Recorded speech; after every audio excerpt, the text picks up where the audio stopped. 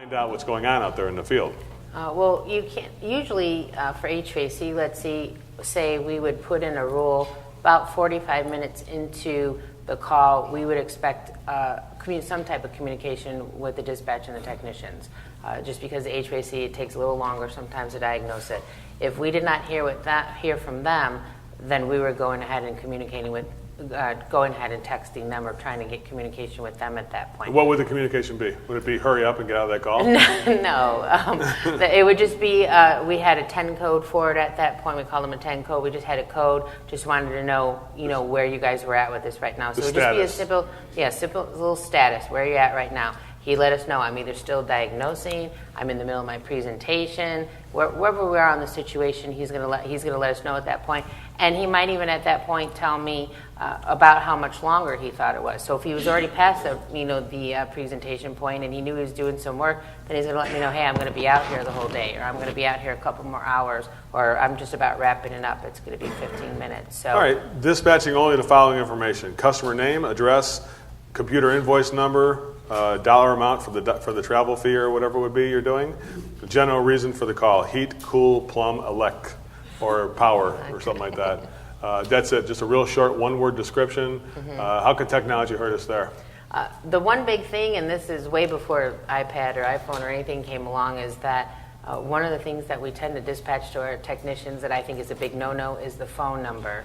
And the reason we don't do that is because, again, the technician is going to be calling the customer. Not all technicians, but customers may call the customer, want to find out what's going on out there, want to rearrange their schedule. This is particularly so in after-hour calls or later calls or once the office is kind of closed down.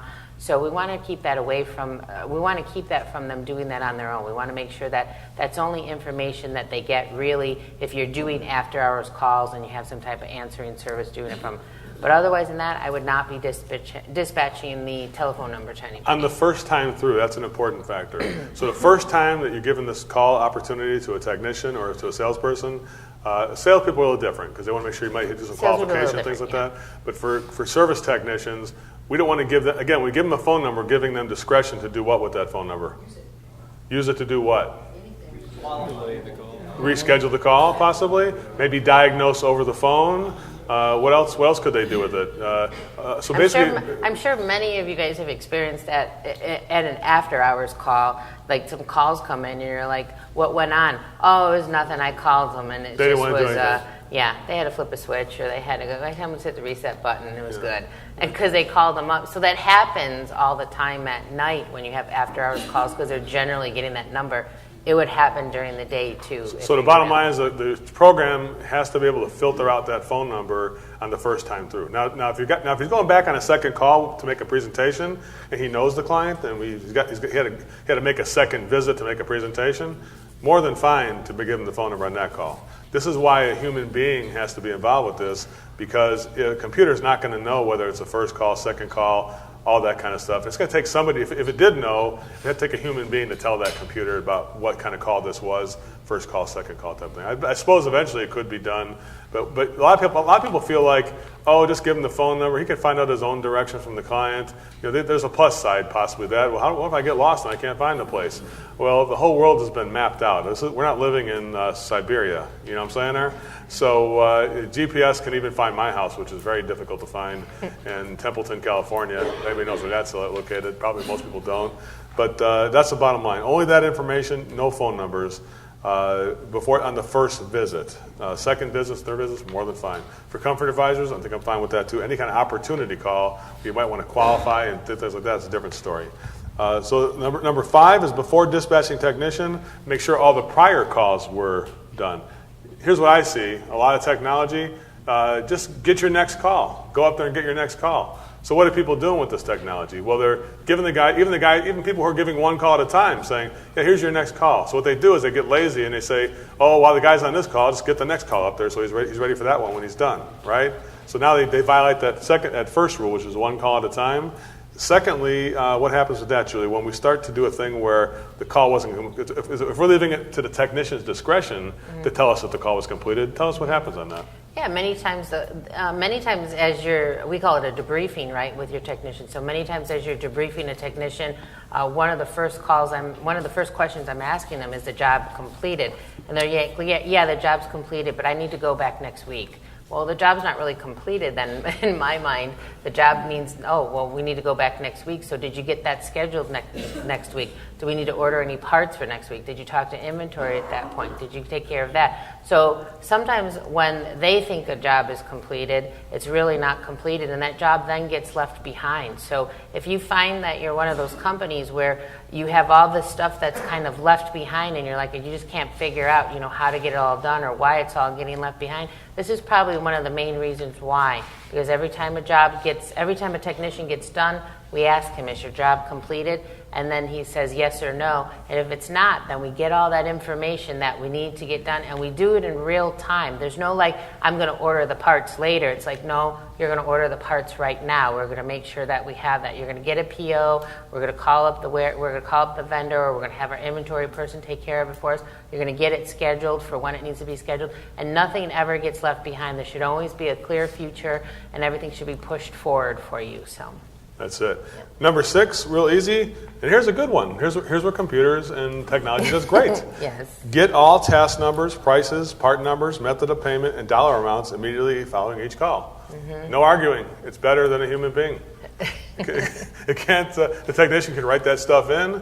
Done. There's no need to communicate it. It's been entered into your iPad or your tablet and complete. Nothing about that, right? No, it's all really good, and I think that for most people, it's just about getting that information. So sometimes as a dispatcher, we feel like we're getting too backed up. We don't have enough time to ask all this information.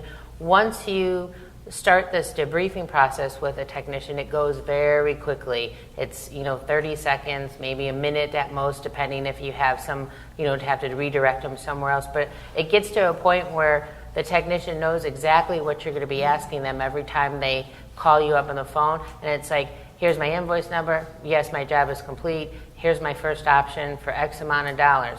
Here's my second option that the customer went with. Here's the second one that they went with. Or the second one they didn't go with. And then they go through all the options. They give you the parts. You find out how they paid, which method of payment did they use, how much did they pay. You're done. Now you move them on to the next one. I mean, it goes very quickly. So riddle me this, Batman. Here's a good one. So on Batgirl, Robin, if you will, get all, because Robin is a little effeminate. Let's face it, with those tights. Let's face it. Let's admit it, right? So there's anything wrong with it. We are in LA. You're reading something. I'm wondering what you're reading. Getting all the task numbers and stuff like that, the computer can do it better. But riddle me this. Who's going to make sure that it was done before you get the next call? Will the computer stop the guy if he didn't get the check number? Will the computer stop the guy if he didn't give you 6 options? Will the computer not give another call if you didn't get the right dollar amount and didn't match up with the task? Will the computer stop somebody? If it doesn't, it can't do the job as good as the human being, because the human being can see that's all correct. And if it's not correct, then you're giving all of a sudden you're going to wind up at the end of the week where, hey, good job, Billy, you sold $10,338. Not bad for the second week in the program, pretty good. But I noticed that our deposits on your calls are only $3,000. What happened? Well, I thought we could bill people. Well, why'd you think that? Well, it said to check off the payment if you bill it or not. I didn't check it off, and so what do you know? Never got collected those calls. Why? Because technology never stopped anybody. There was nobody smart enough to say, hey, you didn't get paid. Why are you leaving the call? Go back there and get a check. That's what you got to do on these calls. It's COD. You got three letters for you. COD, my friend. Go back and get the next call is a U-turn. Go get a check. That's what you're doing there, right? So the computer can do it better, but it still needs a human being to do what, Julie? To be able to make sure that everything was done correctly and send them back right away if you need to send them back. And if it is done correctly, then the dispatcher should do what? Then you can move them on to whatever their next task is at hand, whether that's another job, whether it's, like I said, filling up for gas, taking lunch, but then you can move them on to the next one. Right. The general area, one thing it can't do is to go back here again, the time dispatch, it does that. So one thing about time dispatch, time completed, good programs can definitely record time a lot better, right? Yep. It can you can actually use the app or the program as a time stamper, right? And it even tells the actual real time in your program. So job well done on that one, right? Anybody think of any problems on that? You got to raise any hands on that one? What, Kathy? It took too little time or it took too much time, and nobody knows if you have a 3-unit maintenance, why did it take 45 minutes? That's interesting, huh? So it keeps the time. But was it the correct amount of time for the amount of call we had? 3 maintenance calls, got done in 45 minutes. What kind of call was that? Complaint call when it comes back. Later on this summer, what's going to happen when we get what's going to happen? Is that going to be a call where we're not going to have a call back on that one? You think in the middle of the year? Yeah, a guy says he did a water heater diagnosis or electrical panel diagnosis in 20 minutes. Give me my next call. You know what I'm saying there? Next, click. The machine gives me another one, right? It's like a freaking gumdrop coming out of the machine. It's like, it's like he's going to stand by the machine waiting for another call. You know, it's like a human being would say, what, Kathy? How could you give a water heater presentation in 20 minutes? How did that go? So tell me about what I would say is if dispatcher, I'd ask the question, tell me about the family. What was the husband and wife's name, even? Oh, geez, I don't know that. How about the kids? Oh, stop it. You're embarrassing me. I know. How about the dogs? Please. I don't know anything about these people. Yeah, so you know your next call is, right? Everybody know what the next call is? Another U-turn. Get your ass back there and learn about the family. I like to humiliate service techs who don't do it the right way. It's like, you know what? I'm nice about it. But I say, listen, I paid you one time to do the call the right way. Unfortunately, I can't give you another call until I get that information from you. You need to be able to go back there again, do a U-turn, and go back and get the call done the way it should have been done. Apologize to the customer. You took too little time. Well, he wanted me to do it. Well, then we have to reschedule the call. I can't give you anything at this point.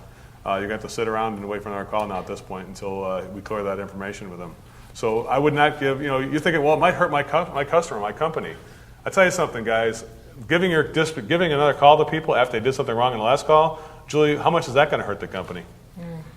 I can't even put a dollar amount on it at that point. I mean, you're losing, probably millions over time. I mean, really, with that situation, you're just training them the wrong way. You're training them to continue to keep doing the same thing wrong over and over again, as opposed to, as Joe said, let's just send them right back in and have them, get the signature or get the payment or give the 6 options. That's the biggest one right now. Technicians not giving 6 options.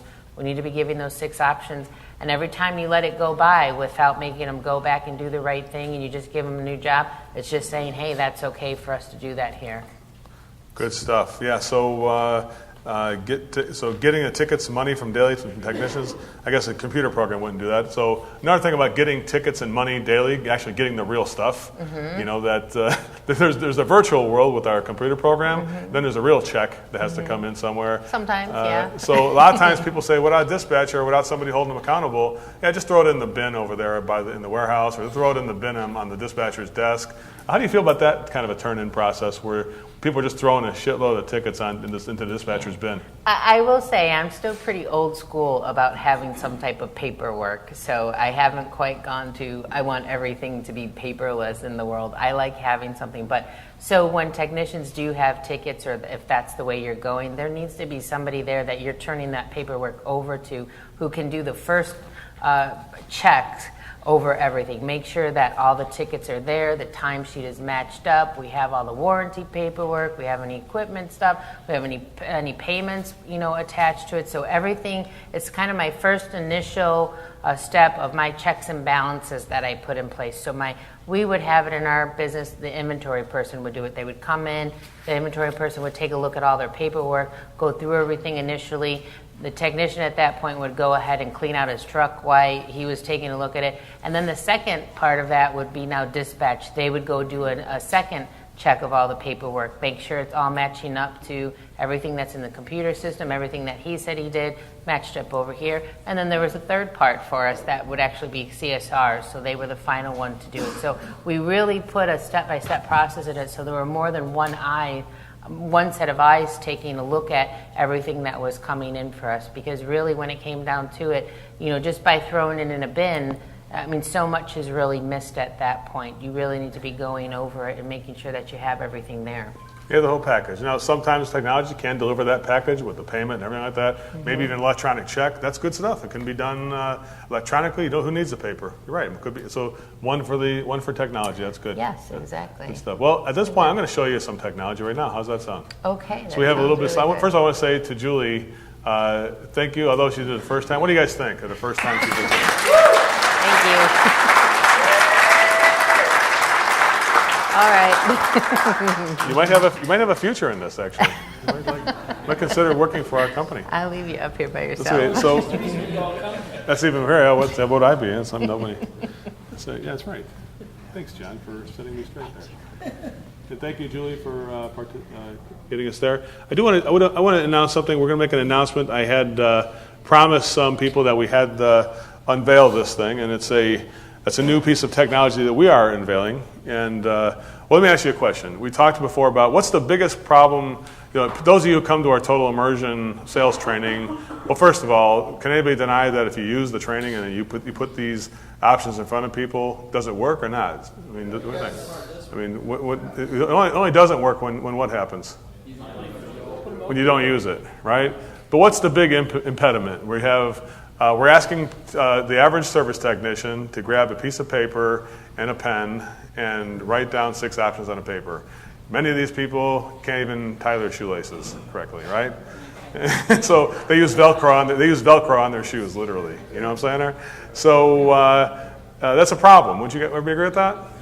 So what if there was a solution where you could have 6 options being made, and you had a database of 6 options, and those options could be customized and modified in real time by dragging and dropping or checking off the options you want for an ignition system or the ones you don't want. And just modify an option by having a current option up that you did last time is adding or changing something to it. What would you think of that? With 2 check marks, could a technician do that?